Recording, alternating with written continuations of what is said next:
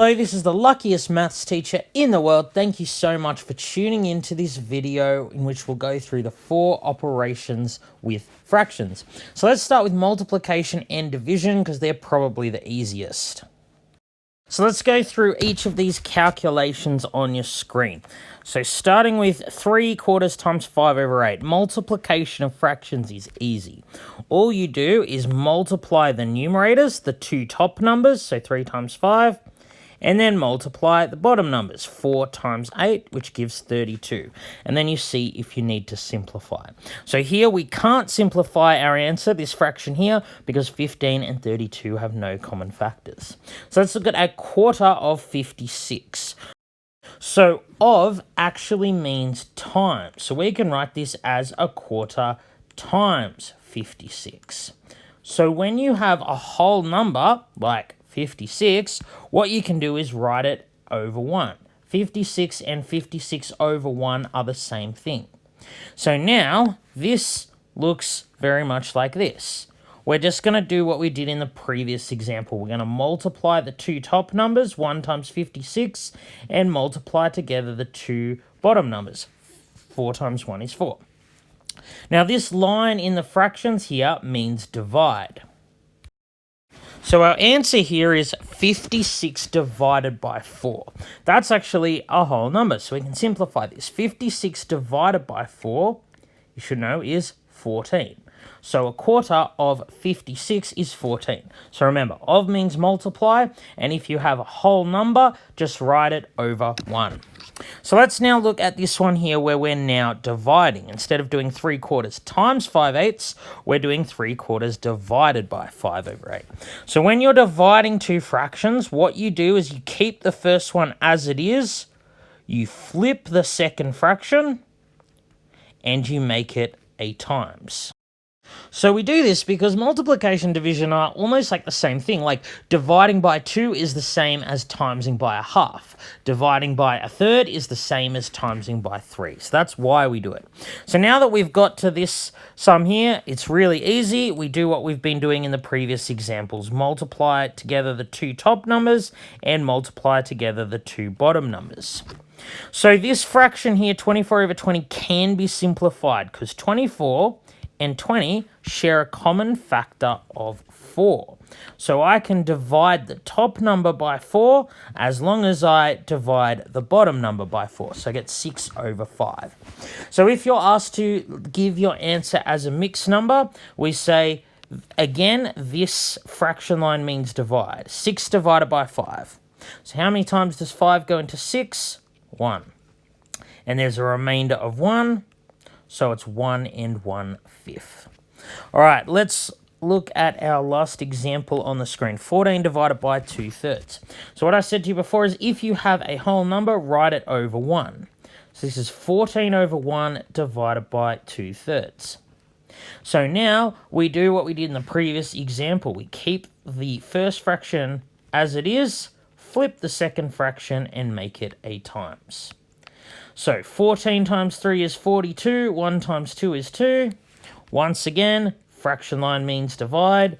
42 divided by 2 is a whole number, it's 21. And that is our final answer. So let's now look at multiplication and division involving mixed numbers. So both numbers on your screen are mixed numbers. They're mixed numbers because they have a whole number part and a fraction part.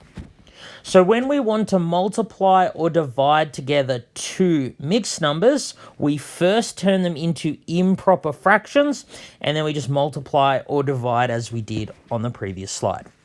So I'm first going to write 2 3/5 as an improper fraction. So I take the whole number part and times by the denominator, then I add the numerator. So 2 times 5 plus 3 gives 13. And we keep the same denominator. So 5 denominator stays 5. 2 3/5 is the exact same as 13 over 5. We're going to do the exact same for the second fraction. So we're going to go whole number times denominator plus the numerator. 1 times 8 plus 7 gives 15. And we keep the same denominator. So now we're just going to multiply these together as we did on the previous slide. So I can just multiply together the tops and the bottoms. So 13 times 15 gives 195. 5 times 8 gives 40. I can simplify this because top and bottom both have a common factor of 5. So I can just divide 195 by 5 and 40 by 5. If I want to make this into a mixed number, 39 divided by 8 gives 4, the remainder 7, so it's 4 and 7/8. So you might have noticed in this question, we had to do perhaps a tricky sum of 13 times 15. So sometimes when you have to multiply together two big numbers, you can make life easier on yourself by cancelling. So I'm going to show you an example of this. So let's have to perform this calculation, 27 over 35 divide 63 over 40. So what I do, again, is I flip the second fraction and make it a times. But I don't really want to do 27 times 40 and then 35 times 63 without a calculator. It takes too long.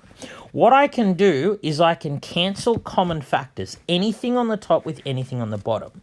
So 27 and 63 both have a common factor of 9. 9 goes into 27 3 times, it goes into 63 7 times. So then 35 and 40 also have a common factor of 5. So 5 goes into 35 7 times, 5 goes into 88 times. So this can make it a lot easier. It's a lot easier to do 3 times 8 and 7 times 7 than it is to do 27 times 40 and 35 times 63. So I could have done that up here when I got to this step. I could have cancelled 5 goes into itself once, goes into 15 3 times. I would have got the same answer. 13 times 3 is 39. 1 times 8 is 8. So just letting you know, cancelling can help you when you're multiplying or dividing fractions. All right, let's now move on to adding and subtracting. So we're going to go ahead and do the 5 sums on your screen. So when adding and subtracting fractions, you need to remember denominators must be equal and you only add or subtract the numerators. So let's do this first one here. So this one's easy because the denominators are already equal. So in this case, we simply add together the two numerators. So 2 plus 10 is 12.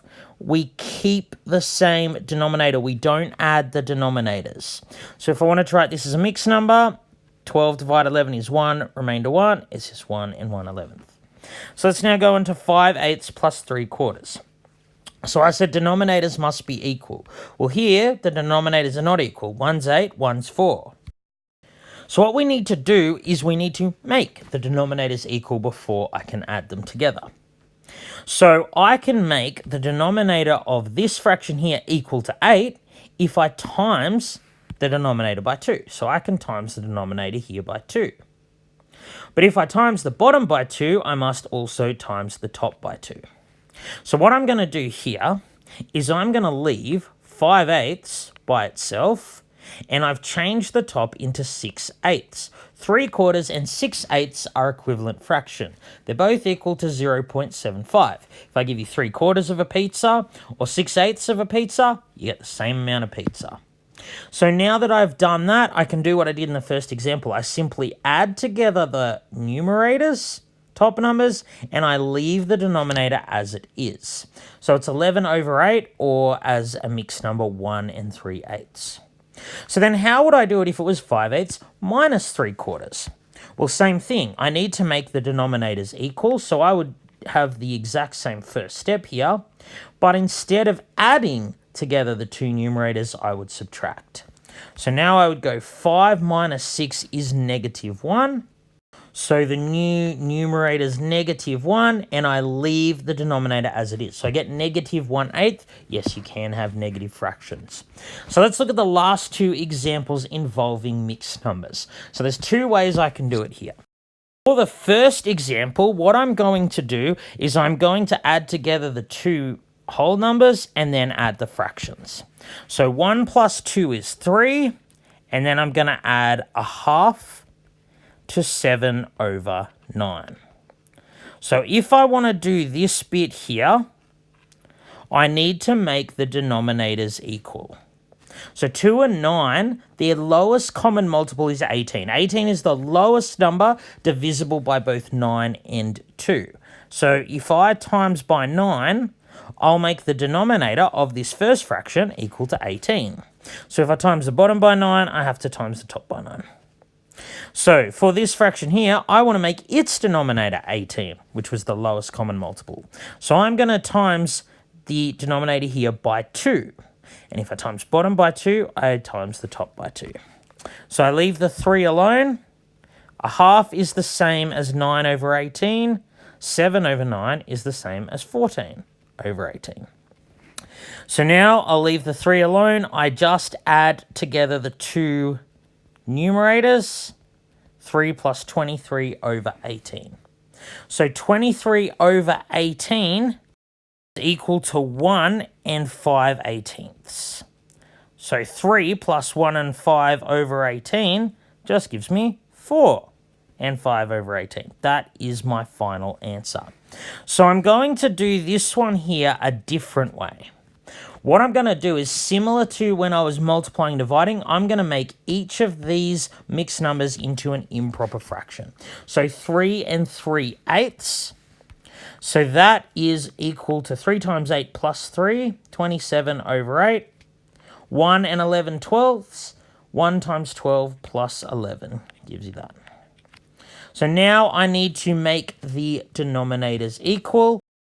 Lowest number divisible by both 8 and 12 is 24. So I need to times top and bottom by 3 and top and bottom here by 2.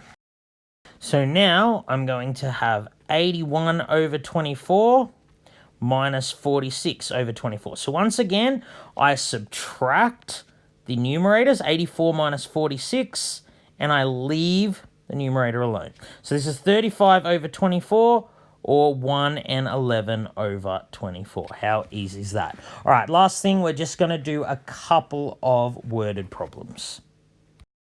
So let's go through these two problems here. So firstly, Jack, Austin, Lockie playing a match as goalkeeper. Jack spent 2/5 of the match in goals. Austin spent 1/6 of the match in goals. And we need to find what fraction of the match Lockie spent in goals. So together, they played one whole match. So then we take away the 2/5 of the match that Jack played in goals, and then take away the 1/6 of the match that Austin played in goals. And whatever fraction is left, that's the fraction of the match that Lachlan played goalkeeper. So in order to simplify this, to perform this sum, we need all of the denominators to be equal.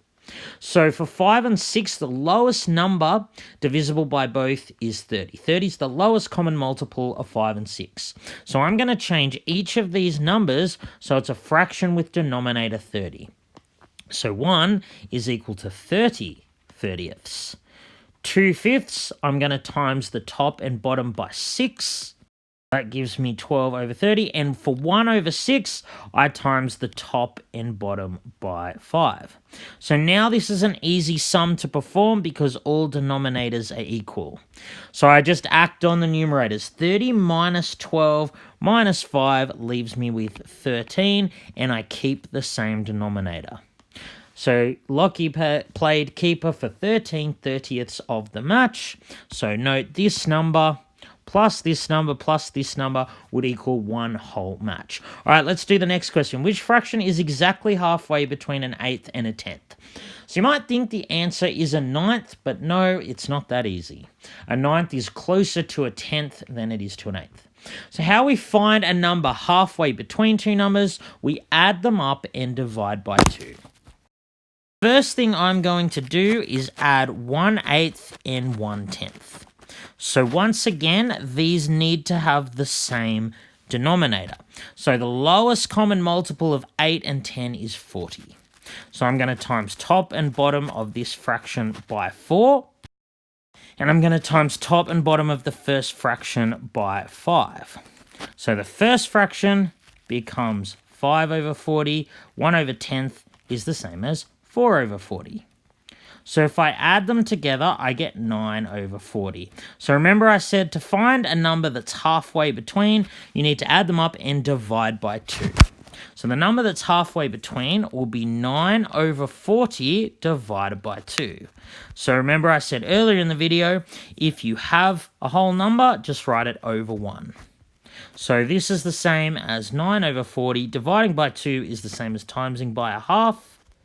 And now we simply multiply together the two top numbers, numerators, and multiply together the two bottom numbers. So the fraction that's exactly halfway between an eighth and a tenth is 9 over 80. So just to check, 9 over 80 is 0.1125, and that's halfway between this one, 0.1, and this one, which is 0.125. All right, thank you so much for tuning in. This has been the luckiest maths teacher in the world. Have a great day.